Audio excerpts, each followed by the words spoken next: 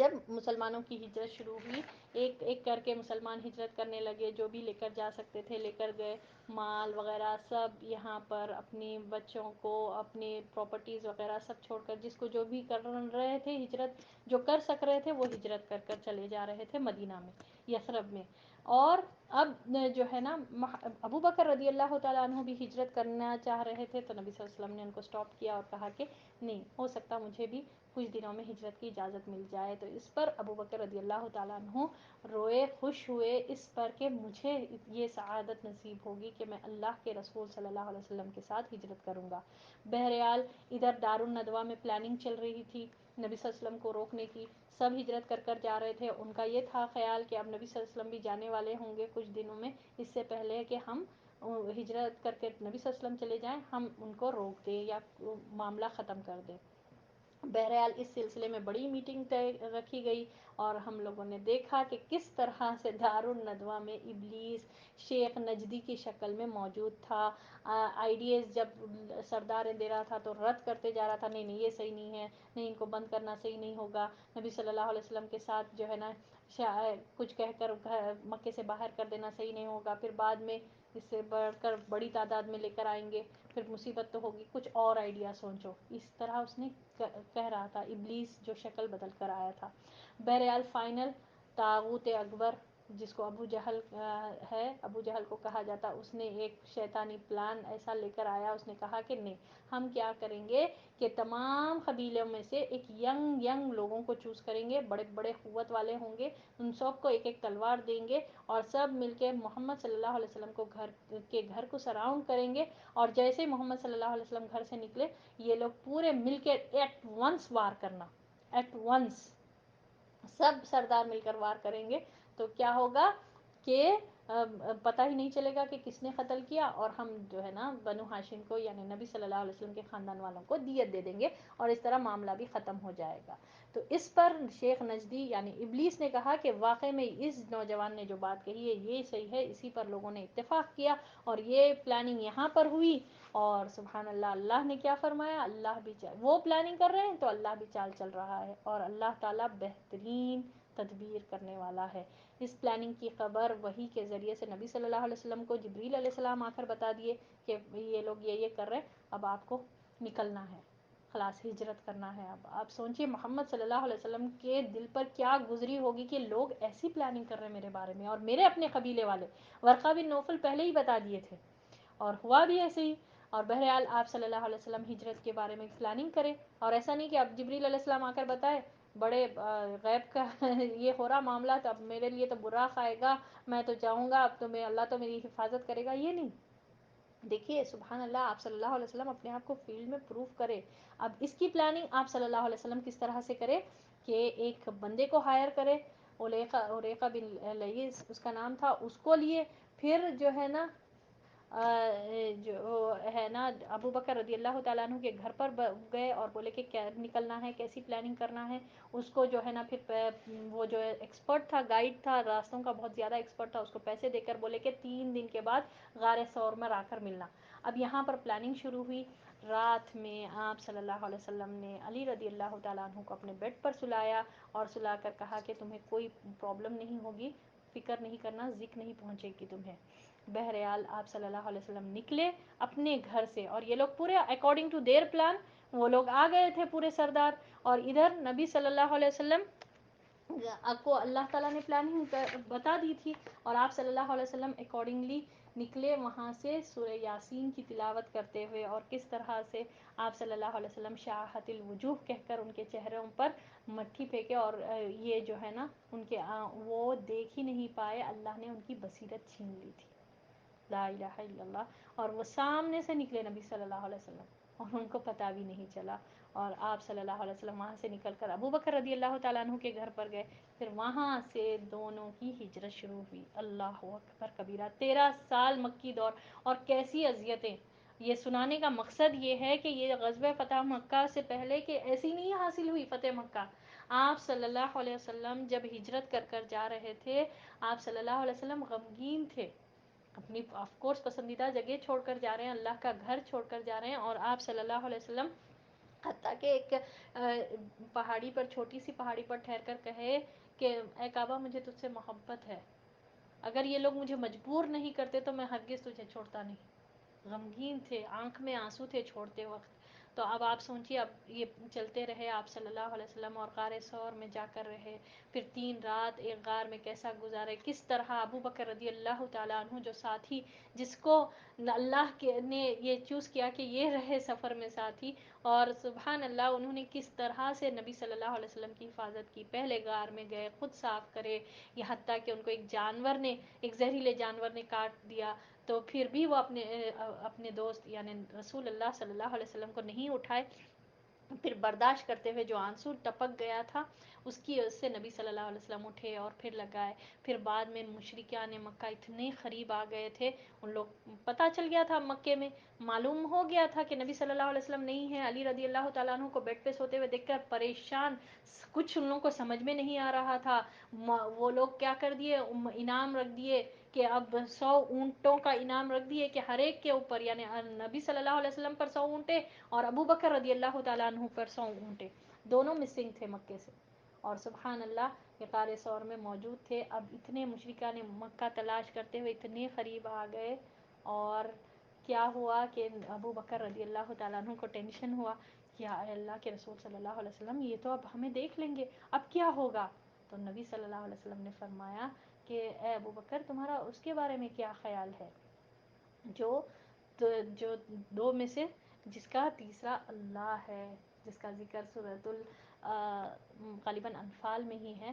تو اللہ نے فرمایا لا تحزن ان اللہ معنا، کہ نبی صلی اللہ علیہ وسلم نے فرمایا، جس کا اللہ نے یہ بات کتنی پسندیدہ تھی آئی کہ اللہ نے نبی صلی اللہ علیہ وسلم کے سینٹنس کو جو ہے نا اللہ نے ریکارڈ کیا کہ جب نبی کہہ رہے تھے، محمد صلی اللہ علیہ وسلم کہہ رہے تھے اپنے ساتھی سے غار میں، اس کا ذکر ہے قرآن میں کہ لا تحزن ان اللہ معنا، غم نہ کرو، پریشان نہ ہو، فکر نہ کرو، ٹینشن نہ لو، اللہ ہمارے ساتھ ہے.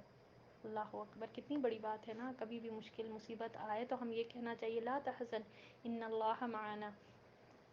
اللہ ہم سب کو عمل کی توفیق عطا فرمائے. بہرحال بڑا یہ اسلامک ہسٹری کی ہجرت شروع ہوتی، یہیں سے ہمارا ہجری کیلنڈر شروع ہوا. پھر یہ لوگ نامراد ہو کر مشرکان مکہ لوٹے. پھر آپ صلی اللہ علیہ وسلم 3 راتوں کے بعد، کیونکہ اب تھک گئے تھے 3 راتوں تک، سمجھ گئے تھے کہ ہجرت ہو گئی، اس کے بعد آپ صلی اللہ علیہ وسلم غار ثور چھوڑتے ابو بکر رضی اللہ تعالیٰ عنہ کے ساتھ. یہ سفر جاری رہا، اور کس طرح سے ابو معبد کا معاملہ ہوا کہ قریب پہنچے تو وہ معبد کتنی بہترین انداز سے نبی صلی اللہ علیہ وسلم کا ذکر پورا سر سے لے کر پاؤں تک، اور کیا اپنے شوہر سے ذکر کر کے فرماتی ہیں. اور سیرت کی کئی کتابوں میں نا نبی صلی اللہ علیہ وسلم کے اخلاق کا، چہرے کا، اس کا ذکر ہے، مگر جس طرح معبد نے ذکر فرمایا ہے ویسا تو نا سبحان اللہ کہیں پر بھی نہیں آتا، کہ انہوں نے ایک پوائنٹ اپنے شوہر کو بتایا کہ واقعے میں میرے پاس ایسے آئے تھے، آج ان کے اخلاق کا کیا کہنا. شاعرانہ انداز میں بھی انہوں نے کہا. وہ ابو معبد نہیں تھے موجود، یعنی ان کے شوہر موجود نہیں تھے. پھر جب آئے، جب سنا گیا تو شوہر غیبی ایمان لے کر آ گئے، اور بولتے پھرے کہ اب میرے گھر پر کوئی آیا اگر پوچھنا ہے تو بکری سے پوچھے. سبحان اللہ. اور یہ لوگ انسان، یہ مشرکان مکہ جو ہے نہیں وہ کرے، اور سبحان اللہ لوگ مانے نہیں، اور اللہ تعالیٰ نے نبی صلی اللہ علیہ وسلم کا ہجرت کا وہ ہو گیا. بہرحال آپ صلی اللہ علیہ وسلم ہجرت کر کر پہلی جگہ جہاں پر پہنچے وہ قباء کے پاس. قباء میں آپ صلی اللہ علیہ وسلم 1 ہفتہ رہے وہاں پر. مسجد کی تعمیر کی، جو سب سے پہلے کام کیا وہ مسجد کی تعمیر کی. اور مسجد قباء میں جو مسجد قباء ہے جو پہلی مسجد بنائی گئی، وہاں پر نماز پڑھنے کا یہ ہے فضیلت، یہ ہے 1 عمرے کے برابر ہے. پہلی مسجد جو اسلام کے اس پہ تقوی پہ بنی گئی یہ مسجد قباء. آپ صلی اللہ علیہ وسلم 1 ہفتہ وہیں پر اسٹے کرے، یہیں پر علی رضی اللہ تعالیٰ عنہ آ کر ملاقات بھی کرے. بہرحال پیچھے مکے میں ان کو بہت ستایا گیا، علی رضی اللہ تعالیٰ عنہ کو مارا گیا، مگر ویسٹ آف نو یوز. وہ بولے کہ نہیں مجھے نہیں پتا، اور واقعی میں صحیح بات تھی، نہیں پتا کہاں پر ہے فی الوقت، کہاں پر ہے. تو بہرحال ان کو بھی گھر والوں، ابو بکر رضی اللہ تعالیٰ عنہ کے گھر والوں کو بھی ستایا گیا، مارا گیا. مگر کچھ بھی فائدہ نہیں ہو سکا. فائنلی یہ لوگ نامراد ہی رہے. یہ لوگ چال چلے، ان کی چال ناکام ہو گئی. مگر اس چال کو یاد رکھیے گا، اللہ نے اس چال کو کس طرح ابو جہل پہ پلٹایا.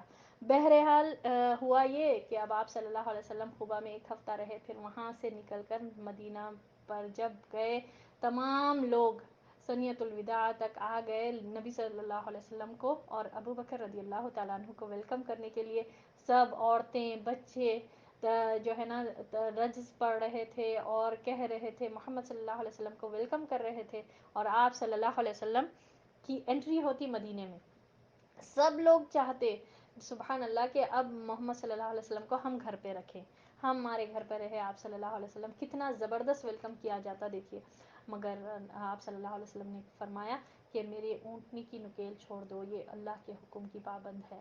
اور یہ اس جگہ جا کر بیٹھی جہاں پر آج مسجد نبوی ہے. اللہ اکبر. آج مسجد نبوی کا کیا شان ہے، کیا وہ مقام ہے. دیکھیے وہ دور کیسا بنا، یہ اسٹیپ بائی اسٹیپ کیسا ہوا. بولنے کا مقصد، سنانے کا مقصد اس کی گہرائی کو سمجھے کہ ایک ایک چیز میں کتنی تکلیفیں تھیں، کتنے قربانیاں تھے، کتنے شاید ہی کسی شخص کی ہسٹری آپ پڑھے ہوں گے جس کی زندگی میں اتنے تکلیف، جبکہ محمد صلی اللہ علیہ وسلم اللہ کے اتنے محبوب بندے ہیں. تکلیفات سے کبھی گھبرانا نہیں چاہیے. جو سیرت سے ہم کو سبق ملتا نا، کبھی تکلیفات کا ذکر کر کے ان سے گھبرانا نہیں چاہیے، بلکہ آپ صلی اللہ علیہ وسلم کی زندگی میں ہم دیکھیں کبھی ہم کو تکلیف آئے تو سوچے اس سے تو بڑھ کر نہیں ہے نا، اس سے تو بڑھ کر تکلیف نہیں ہوئی.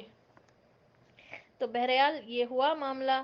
اس کے بعد آپ صلی اللہ علیہ وسلم نے کہا کہ اونٹنی اللہ کے حکم پر مامور ہے، اور وہ اونٹنی آ کر مسجد نبوی کی جگہ پر بیٹھ گئی.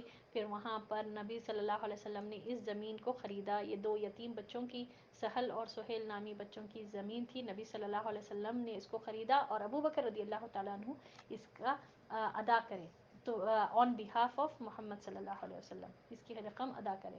بہرحال آپ صلی اللہ علیہ وسلم پھر کو کون رکھیں گے.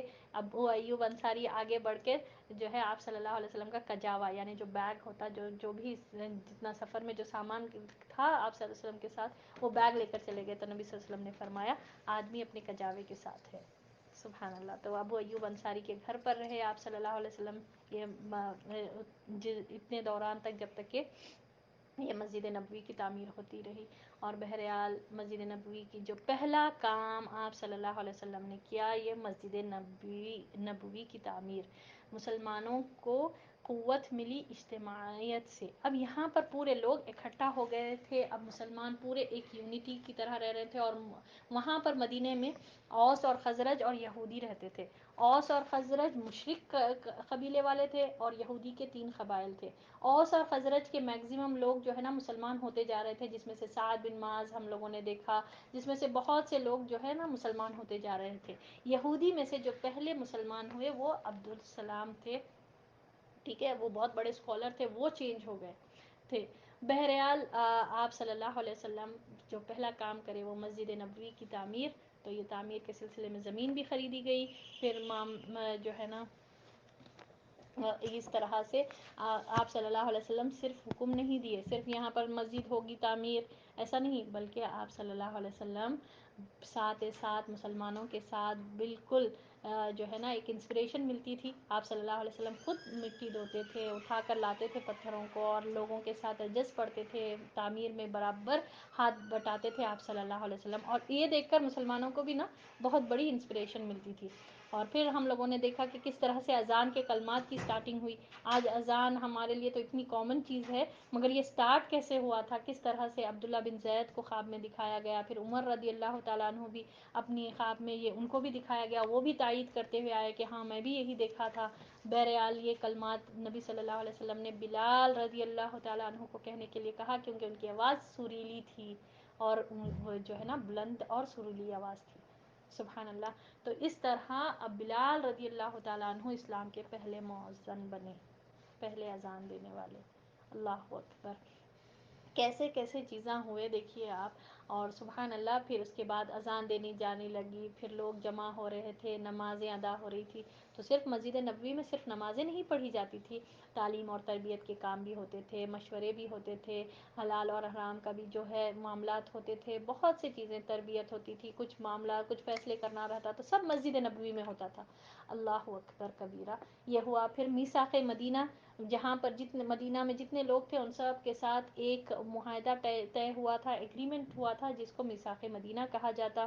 مشرکوں کے ساتھ بھی ہوا تھا، مسلمانوں اور مسلمانوں کے بیچ میں بھی بھائی چارگی کرا کر ان میں بھی ایک جو ہے نا معاہدہ کیا گیا تھا کہ یہ عہد ہے، مسلمان کے بھائی ہیں، کس طرح سے وہ معاہدہ کیا گیا تھا. پھر مسلمان اور مشرکوں کے بیچ میں بھی ہوا تھا، مسلمان اور یہودیوں کے ساتھ بھی ایک عہد کیا گیا تھا، جن سب کو میثاق مدینہ کہا جاتا.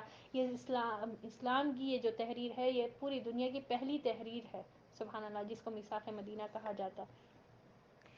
بہرحال یہ ہوا. پھر اس کے بعد مگر یہودی تھے یہ سانپ اور سانپ کے بچوں کی طرح، یہ تو ہمیشہ مشکلیں ہی کھڑا کرتے تھے. اور پھر یہاں پر جو ہے نا وہاں پر کے مشرکان مکہ بھی خاموش نہیں بیٹھ رہے تھے، وہاں سے لیٹرز لکھ کر بھی جا رہے تھے کہ ان کو باہر نکالو، نہیں تو ہم تمہارے عورتوں اور بچوں پر جو ہے نا لے کر ان کو قیدی بنا لیں گے. اس طرح سے آتے تھے، نبی صلی اللہ علیہ وسلم ان کو ہارڈلی خاموش بٹھاتے تھے. مگر ہوتا یہ تھا کہ یہ یہودی خاموش نہیں بیٹھ رہے تھے، ہمیشہ ہنگامہ مچا رہے تھے. تو اب اس موقع پر اللہ نے اجازت دے دی. اور پھر اچھا یہاں پر پھر قبلہ تبدیل بھی ہوا.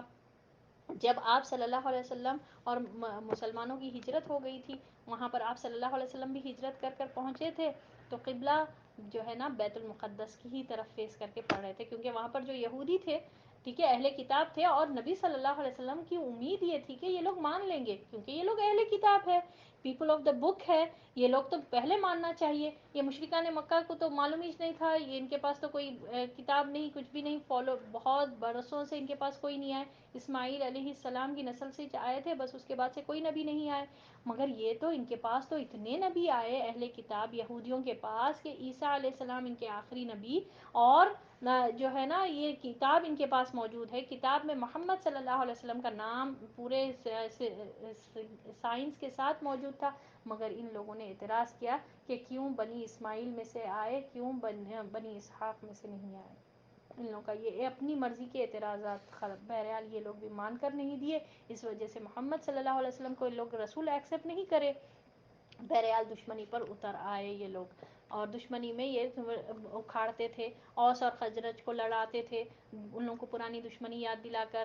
اب یہ مسلمان ہو گئے تھے میکزیمم اوس اور خزرج والے، مگر پھر بھی ہونا بول کر لڑاتے تھے، پرانے دشمنیاں یاد دلاتے تھے، اور یہ سب ان کا معاملات ہوتا رہا تھا. تو پھر اس دوران اچھا قبلہ کب تبدیل ہوا؟ 2 ہجری میں قبلہ تبدیل ہونے کا حکم آیا. نبی صلی اللہ علیہ وسلم کی بہت آرزو تھی، بار بار اپنا چہرہ آسمان کی طرف اٹھاتے اور بولتے تھے کہ قبلہ وہاں پلٹ جائے، مسجد حرام کی طرف. یہ ایک آزمائش تھی مسلمانوں کی، محبت تھی اللہ کے گھر سے، وہاں پر فیس کر کے نماز نہیں پڑھ رہے بلکہ بیت المقدس کی طرف فیس کر رہے. تو کون کون اللہ کے رسول صلی اللہ علیہ وسلم کے حکم کی اتباع کرتے تھے یہ دیکھنا تھا. اور فائنلی مسجد میں نبی صلی اللہ علیہ وسلم نماز پڑھا رہے تھے، نماز کے دوران ہی قبلہ ٹرن ہونے کا حکم آیا، جو سورۃ البقرہ میں 2 پارے میں موجود ہے. خلاص اللہ نے قبلہ ٹرن کرنے کا حکم دے دیا. اب جیسے ہی قبلہ ٹرن ہوا، یہ لوگ پھر یہودی یہ کیا پھر ہنگامہ مچا لیے، یہ کیا، یہ لوگ جب بولے جب یہاں پر فیس کر رہے یہ تو ہمارے قبلے کی توہین ہے. تو اللہ نے فرمایا اللہ ہی کے لیے مشرق اور مغرب ہے. یہ لوگ عنقریب کہیں گے یہ بے وقوف قسم کے لوگ کہ کیوں قبلہ چینج ہو گیا، وہ بولے بھی کہ ایسے کیسے قبلہ چینج کر لیتے. تو بہرحال تمام مشرق اور مغرب اللہ ہی کے لیے ہیں، اور اللہ نے قبلہ چینج اس لیے نہیں کیا کہ دیکھے کہ کون اتباع کرتا ہے رسول کی. ایک آزمائش تھی اور تمام مسلمانوں نے اس کا ساتھ دیا. بہرحال پھر بعد میں 2 ہجری میں لڑائی کی اجازت بھی مل گئی، کیونکہ یہ لوگ یہودیاں خاموش نہیں بیٹھ رہے تھے. مشرکان مکہ بھی کے لوگوں سے بھی وہاں سے خبریں آ رہی تھی کہ یہ لوگ ہم تو مدینہ کو برباد کر دیں گے، اٹیک کریں گے، اور یہ لوگ اس کے لیے مال بھی جمع کر رہے تھے. اور اسی طرح معاملہ بڑھتے جا رہا تھا، اور ہوا یہ کہ پھر جو ہے نا اللہ تعالیٰ کی طرف سے لڑائی کی اجازت مل گئی. اب کس کس سے لڑنے کی اجازت مل گئی؟ پہلے کا فرسٹ دشمن جو تھے وہ مکہ والے مشرکان مکہ کیونکہ وہاں پر بھی چین سے نہیں رہنے دے رہے تھے. اب یہ لوگ چلے گئے تو چھوڑ دینا چاہیے تھا نا, مگر چین سے ان کو وہاں پر بھی نہیں رہنے دیا جا رہا تھا. بہرحال وہ لوگ کو فرسٹ دشمن بنے. پھر اس کے بعد سبحان اللہ, اس کے بعد جو ہے نا ہوا یہ کہ معاملہ یہودیوں کے ساتھ بھی اگر وہ اپنے عہد پر قائم نہیں رہے, جو بد عہدی کرے ان کے ساتھ بھی لڑائی کرنا ہوگا, اور جو ہے نا مسلمانوں کے ساتھ غلط معاملہ کرے ان کے ساتھ بھی لڑائی کرے, یعنی کہ قتل کر دے یا کسی کو ہنگامہ کر دے, فساد کر دے, تو ان کے ساتھ بھی لڑائی کرے. تو یہ مرحلے ہوئے جس میں لڑائی کی اجازت آن واٹ بیسس ملی, یہ ہم کو معلوم ہونا چاہیے. جو آج ہم اسلام کو غلط پورٹری کیا جاتا, غلط بتایا جاتا کہ یہ تو ٹیررسٹ ہے, ہمیشہ لڑنے کی بات کرے, لڑنے کی اجازت آن کنڈیشنز دی گئی. کیا وجہ سے کسی کے ساتھ اگر عہد ہو کر رہا, اگر سامنے والا بد عہدی کرا تو جنگ کرے. دشمن ہے, اسلام کو فالو کرنے نہیں دیا جا رہا, ظلم اور ستم کر رہے ہیں, تو ان کے ساتھ جنگ کرنا چاہیے. بہرحال یہ سب مرحلے تھے, ہم لوگوں نے یہ سب کمپلیٹ کیا. اب ہوا اس کے بعد اسی سلسلے میں جب لڑائی کی اجازت مل گئی تو آپ صلی اللہ علیہ وسلم سرائے بھیجے, چھوٹے چھوٹے سرائے بھیجتے تھے, چھوٹے چھوٹے یعنی آرمی کو بھیجتے تھے ایک صحابہ کو لیڈر بنا کر, تاکہ مشرکان مکہ پر بھی رعب طاری ہو. جو کاروان آتا جاتا رہتا تھا ان کو بھی پتہ چلے کہ اب ہم لوگ خاموش بیٹھنے والے نہیں ہیں, پہلے کی طرح تم لوگ جو اذیتیں دیے اب خاموش ہم ظلم و ستم نہیں سہیں گے, اب ہمارے پاس بھی قوت ہے. اس طرح سے بتانا مقصد تھا. اور یہ لوگ کیا کر رہے تھے, ادھر مشرکان مکہ تیاری کر رہے تھے مدینہ پہ اٹیک کرنے کی, سب مل کر کنٹریبیوٹ کرتے تھے, ویلتھ جمع کر کے, اس کی تجارت کر کے, تاکہ زیادہ پیسہ ہو اور زیادہ مال آئے تو ہم ان پر اٹیک کریں.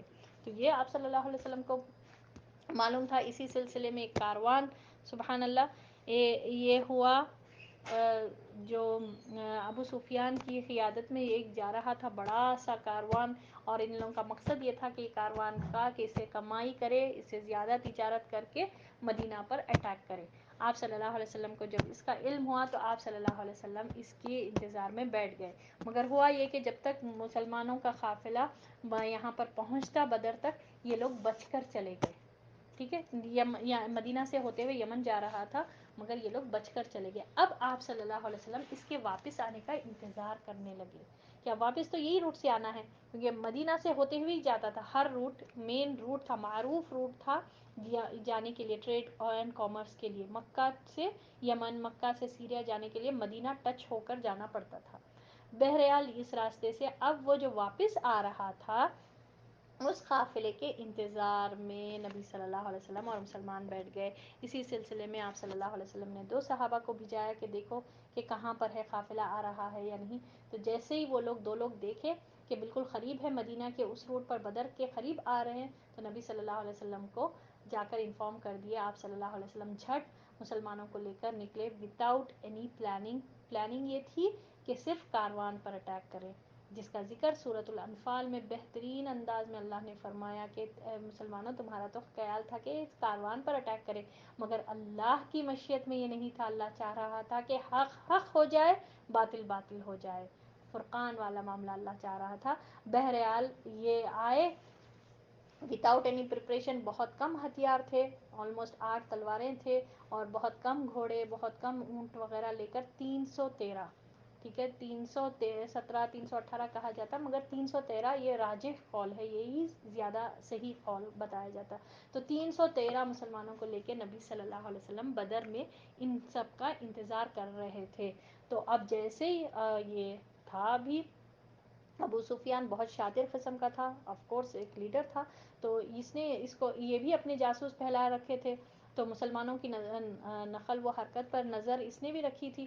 تو بہرحال اس کو پتہ چلا کہ نہیں مسلمان یہاں پر انتظار میں ہیں, تو اس نے اپنا روٹ ہی بدل دیا, اپنا راستہ ہی بدل دیا, یعنی اس راستے سے نہیں آ کر اس نے دوسرا سی شور کا راستہ اس نے لیا تھا.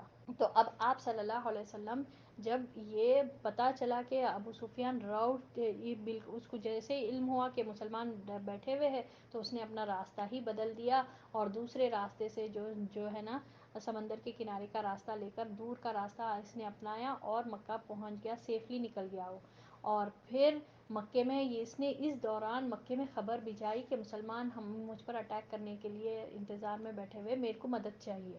اس نے اس طرح سا میسیج دے کر جو ہے نا ایک بندے کے ہاتھ سے بھجایا تھا. اب وہ شخص جب پہنچا مکے میں تو یہ ابو جہل پر حماقت غرور تکبر طاری ہوا. اس نے کہا کہ ہمارے کاروان پر اٹیک کریں گے, یہ مسلمان تو بہت ہی وہ ہو گئے. تو سبحان اللہ اس نے 1300 کا لشکر تیار کیا اور 1300 کا پورا پریپیئرڈ آرمی بن کر یہ مدینے کی طرف مارچ ان لوگوں نے کیا. بہرحال آپ صلی اللہ علیہ وسلم کو اس کی خبر مل گئی. ابو سفیان کاروان بھی چلے گیا ادھر سے, اور پھر ابو سفیان حالانکہ میسیج پہنچا دیا تھا آدھے راستے میں سے کہ واپس چلے جاؤ, میں بچ کے آ گیا, یعنی مقصد ختم ہو گیا. ان لوگوں سے جو اٹیک کر کے میرے کو پکڑنے والے تھے ان کا تو مقصد نہیں ہوا, میں بچ کے نکل گیا. مگر ابو جہل تھا جو حماقت تکبر غرور میں تھا, اور اللہ کی مشیت میں یہ تھا کہ ان لوگوں کو مکہ سے نکال کر ان کی پٹائی کرے, ان کو مارا جائے, کیونکہ مکہ تو سبحان اللہ حرمت والی جگہ ہے, وہاں پر کوئی لڑائی وغیرہ نہیں ہوئی. اب ان لوگوں کو وہاں سے نکالا گیا. دیکھیے اللہ تعالیٰ نے کیسے پلاننگز کیے. وہ کاروان چاہ رہے تھے مسلمان ایزی ہو جانا, کہ اس پر اٹیک کرنا آسان تھا, کیونکہ کاروان میں بہت کم لوگ تھے, آلموسٹ 40-50 لوگ کچھ تھے, اس پر اٹیک کرنا آسان ہو جاتا. تو مگر اللہ تعالیٰ چاہ رہا تھا نہیں, یہ نہیں ہو, بلکہ ان کی پٹائی, ان کو مکے سے نکالا جائے, اور ان کی پٹائی, اور اسپیشلی ابو جہل کے ساتھ. ابو جہل جو اتنا بڑا نبی صلی اللہ علیہ وسلم کا دشمن تھا, ہر بار پتھر اٹھا کر مارنے کی پلاننگ کرتا تھا یہ, مگر ناکام رہا. اب بہرحال یہ ابو جہل تکبر کرتے ہوئے, ناچتے ہوئے, شراب پیتے ہوئے, اب تو ہم مدینہ کو تباہ کر دیں گے, حماقت کے انداز میں اس نے نکلا. آدھے رستے میں جو ہے نا 300 لوگ واپس چلے گئے, تو 1000 کا لشکر بدر کی طرف گیا پہنچا. اور آپ صلی اللہ علیہ وسلم مشورہ کرنے پر مہاجرین میں سے ابو بکر رضی اللہ تعالیٰ عنہ اور عمر رضی اللہ تعالیٰ عنہ نے اچھی بات کہی, اور مقداد رضی اللہ تعالیٰ عنہ نے کہا کہ اللہ کے رسول صلی اللہ علیہ وسلم, ہم ہرگز آپ کو موسیٰ علیہ السلام کی قوم بنی اسرائیل کی طرح نہیں کہیں گے کہ تم اور تمہارے رب جاؤ لڑنے کے لیے. ہم تو ڈیفینیٹلی آپ کو رائٹ سائڈ سے, لیفٹ سائڈ سے, ہر طرح سے آپ جو بولیں گے ہم وہ کریں گے. اس پر آپ صلی اللہ علیہ وسلم خوش ہوئے. پھر کہا آپ صلی اللہ علیہ وسلم نے کہ مسلمانوں مجھے مشورہ دو. تو اس پر سعد بن معاذ رضی اللہ تعالیٰ عنہ اٹھے اور بولے کہ آپ کا غالباً اشارہ ہماری طرف ہے, انصار کی طرف ہے, تو آپ کو ہم ایسے جوہر دکھائیں گے کہ آپ کی آنکھیں ٹھنڈے ہو جائیں گی. اے اللہ کے رسول صلی اللہ علیہ وسلم, اگر آپ ہم کو برق غمات کو بھی لے کر جائیں, یعنی XYZ جنگلوں میں بھی لے کر جائیں, تب بھی ہم میں سے کوئی ایک شخص بھی ہیزیٹیٹ نہیں ہوگا, ہچکچائے گا نہیں. آپ ہم کو اگر سمندر میں کودنے کے لیے کہیں گے تو بھی ہم سمندر میں کود جائیں گے. کیا زبردست انہوں نے بات کہی. اور ہم آپ کو اپنی جو ہے نا جنگ کی جو جوہر اللہ نے ہم کو عطا کی ہے, ہم کو ایسے دکھائیں گے کہ آپ کی آنکھیں ٹھنڈی ہو جائے گی. اللہ اکبر کبیرہ. دیکھیے سب کی بات ایک, یہ 313 تھے, اور اس میں سے 313 میں سے زیادہ جو تھے وہ انصار تھے. تو اب یہ لوگوں کی طرف سے آپ صلی اللہ علیہ وسلم کو اتنا پازیٹیو رپلائی ملا, آپ صلی اللہ علیہ وسلم مسکرائے اور بولے کہ کل یہاں یہ فلانے کی وہ رہے گی, سبحان اللہ, خبر رہے گی, یہاں پر وہ مرے گا. اس طرح سے آپ صلی اللہ علیہ وسلم نے بتایا, اور اللہ کی طرف سے فتح کی خوشخبری ملی. مگر جو ہم کو دیکھنے کا کام ہے وہ غزوہ بدر میں جو نبی صلی اللہ علیہ وسلم نے دعا کی, چھوڑ دیے نہیں اس بات کو کہ ہاں ٹھیک ہے میری ٹیم تو ریڈی ہے, اب تو بس خلاص اللہ تعالیٰ کی مدد بھی میرے کو مل گئی, میرے کو پہنچا دیا, پیشن گوئی کر دی گئی, اب خلاص میں جا کر سو جاتا ہوں. یہ نہیں کرے, پوری رات دعا کرتے ہوئے گزارے. اللہ اکبر کبیرہ. کہ کیسی دعا, سبحان اللہ, کہ دعا کرتے کرتے ایک جھاڑ کے نیچے جو ہے نا دعا کر رہے تھے آپ صلی اللہ علیہ وسلم. پھر رات میں اللہ نے بارش نازل فرمائی, لوگوں کے دلوں پر اللہ نے سکینت عطا کی, اور لوگوں کے دل مطمئن ہو گئے, اور اللہ نے ان کو نیند بھی دلائی. کتنا بہترین انداز میں سورۃ الانفال میں بھی اس کا ذکر ہے. اللہ اکبر. یہ غزوہ بدر کا کتنا اچھا معاملہ ہوا. اور پھر اللہ نے ایک ایسی نیند ان کو عطا فرمائی جس سے لوگ فریش اٹھے, سبحان اللہ. اور پھر آپ صلی اللہ علیہ وسلم کا معاملہ کیا تھا کہ پوری رات عبادت کرتے ہوئے, اللہ سے دعا کرتے ہوئے, اللہ تیرے سامنے یہ مٹھی بھر لوگ, میری یہی جو ہے نا یہ 13 سال کی کمائی میں تیرے سامنے لا کے رکھ دیا ہے اللہ. اب جو ہے نا اے اللہ تو چاہے تو تیرے اس زمین پر تیری عبادت ہو, ورنہ یہ مٹھی بھر لوگ ختم کر دے اور یہ لوگ کافر لوگ غالب ہو جائے. اللہ تو بس ان کی مدد فرما دے, رات بھر اللہ ایسی مدد فرما دے کہ ہم غالب آ جائیں. اللہ تیرے عبادت کرنے والے بندے ہیں, تیرے سامنے کھڑے ہوئے ہیں, بس تو مدد فرما دے. یہ بڑا لشکر میرے خلاف لے کر آ رہے ہیں. بہرحال دعا کرتے گئے آپ صلی اللہ علیہ وسلم. نیکسٹ ڈے صبح ہوئی تو پھر ترتیب کرے، یعنی لشکر کو ترتیب دیا، ترتیب دیے کر پھر دعا کرے. اللہ اکبر کبیرہ. پھر ترتیب کرنے کے بعد جا کر اپنے خیمے میں اتنی دعا کرے کہ ابو بکر رضی اللہ تعالیٰ عنہ دیکھ کر ترس آ گئے. تو اور آپ صلی اللہ علیہ وسلم کی چادر ہاتھ اٹھا کر جو دعا کر رہے تھے چادر گر گئی، اتنا دعا کر رہے تھے. تو بس ابو بکر رضی اللہ تعالیٰ عنہ نے کہا کہ اے بس کر دیجئے اللہ کے رسول صلی اللہ علیہ وسلم، آپ نے کافی دعا کر لی. تو بہرحال اب ہوا جنگ کا مبازرت سٹارٹ ہوئی. کس طرح سے مبازرت پیش آئی، 1 on 1 ہوا. اور جو ہے نا کہ یہ غزوہ بدر کا وہ ہوا جنگ. پھر مبازرت میں 3 لوگ آگے آئے، ان کے مشرکان مکہ کے 3 لوگ. کون آئے؟ عتبہ بن ربیع اور ولید بن عتبہ اور شیبہ بن ربیع. یہ تینوں آگے آئے. پہلے ان کے مقابل میں انصار کے صحابی. تو یہیں تک ہم رکھتے ہیں. انشاءاللہ کل پھر ہم کریں گے انشاءاللہ باذن اللہ. یہ متنی دور جاری رہے گا انشاءاللہ باذن اللہ. ہم اس کلاس کو کل کریں گے. اللہ تعالیٰ سے دعا ہے کہ اللہ تعالیٰ اسے قبول فرما لے. آمین یا رب العالمین. وآخر الدعوانا الحمد للہ رب العالمین.